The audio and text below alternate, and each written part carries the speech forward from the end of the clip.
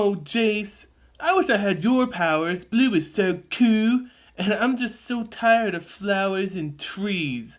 I want to peel back reality just like you one day. Nissa, my dear and naive friend, one cannot become blue out of the blue.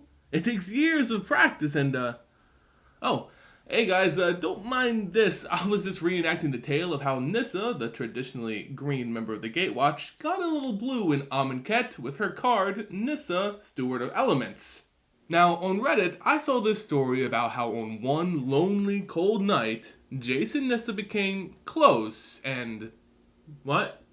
Wait, so that fan fiction I read wasn't canon?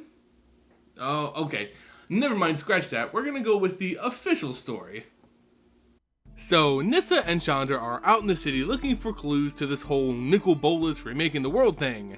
Nissa comes across some ancient hieroglyphics that seem to tell of a world before the great God-Pharaoh's arrival, when there were in fact 8 gods rather than just 5. When pressed on this issue, the gods, Oketra in particular, seem to have absolutely no recollection of the past. In fact, they can't remember anything past a certain point. Very curious indeed. Nissa's curiosity is piqued. She's talked to the plane itself, which describes a corrupting force, a force bending the gods, an otherworldly force.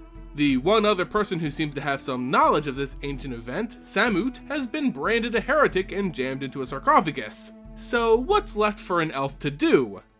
Luckily, there's another source of information available in Amonkhet. Kefnet, god of wisdom, knowledge, and, herons? Cranes? Ibis, whatever, Avon. If any place would hold some degree of info on this corruption, this time before the God-Pharaoh, it would be Kefta's monument, the greatest library on Amonkhet. Kefnet has been described as a rather generous and kind god, so surely he'll share the information, right? Well, of course not, at least not right away. We first get to see our favorite elf embark on the trial of knowledge.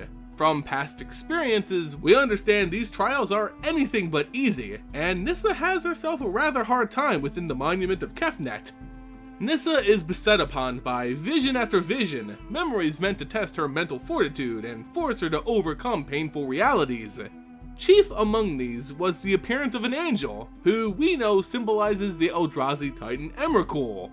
Nissa and Emrakul have had a long and complex history with one another. Nissa was compelled to free the Titans, then compelled to defeat them twice, and failed both times. Then she was actually controlled by Emrakul for a little while, being forced to speak the Titan's words to Jace, saying, quote, "I can do anything I want, anything at all. Remember that. The only thing saving you is, I don't want anything." So this angel coming to her now during the trial of knowledge means Emrakul has made a significant impact on Nissa's life, or at least her memory. We'll discuss more on this connection in another video though. This theme of seeing things she's already seen through a different perspective follows through what appears to be at least a few different planes, one of which being Amonkhet itself. She sees the stars of the former gods who Nicol Bolas removed blink out of the night sky, and has even found that Kefnet at least knows he's been touched by an outside force, but just doesn't seem to care. The angel, aka Emrakul, talked to Nissa about unbridled power, power that was hers now should she choose to be the hand that moves, referring to chess pieces in a game. Nissa is pulled between her current Gatewatchy self and this darker, more power-hungry version. The angel asks, quote, "Nissa Revane, are you pawn or queen?" After all this, Kefnet shows himself asking who's making a mockery of his sacred trial. The presence of the god left Nissa basically starstruck, slackjaw and awe at his power. Kefnet demands that she explain herself, who she is, and what she's looking to gain from his trial. Of course, he's already aware of the answer. It was knowledge she was after. But, as the god said, quote, "Only the worthy deserve knowledge. The unworthy deserve nothing. Disillusion is my kindness. Better nothing than ignorance." Thanks to her confidence boost from her talks with the angel in her mind, Nissa could see the world's laylines even in this twisted and powerful place. The illusions were made of the plane's corrupted laylines, and so was Kefnet himself. He was a being comprised of the laylines of Amonkhet, laylines she could manipulate. she wasn't very good at it, especially with the debilitating touch of Kefnet breaking her mind down. But she managed to tug on a few strings until Kefnet was altered just a hair.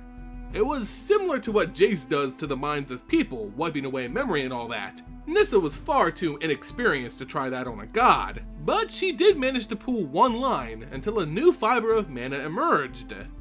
Kefnet was now the one standing confused, uttering only one thing to her. Quote, "You may go, initiate.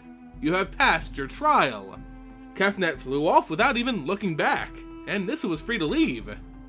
Nissa walked out of that temple with a lot more than just knowledge. She may not have learned much in terms of Nicol Bolas, outside of what she already expected, but hey, she did walk away with a new color affiliation. So to summarize, why does Nissa now have blue in her cost? Well, because an angel-y version of Emrakul played with her mind and beckoned her to more power. She used this state of mind to help manipulate the mana of a god, the blue god no less. So manipulation, even through laylines, sounds a lot like telepathy to me. Jace would be proud. Anyway guys, that's it for this video. Let me know what you think about this story and Nissa's new color pair in the comment section below. And as always, I'll catch you here next time at Aether Hub HQ.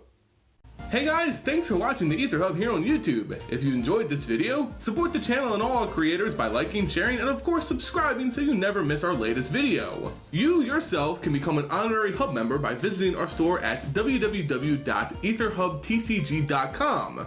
We have a special pre-order event happening right now where you can snag some of the best deals on packs available. Afterwards, consider visiting our friends over at 5 Color Combo. They have an amazing free app that I use to practice my limited picking skills along with custom art playmats and tokens. And as always, thank you guys so much for watching, and remember, never be afraid to feed your obsession. I'll see you guys next time.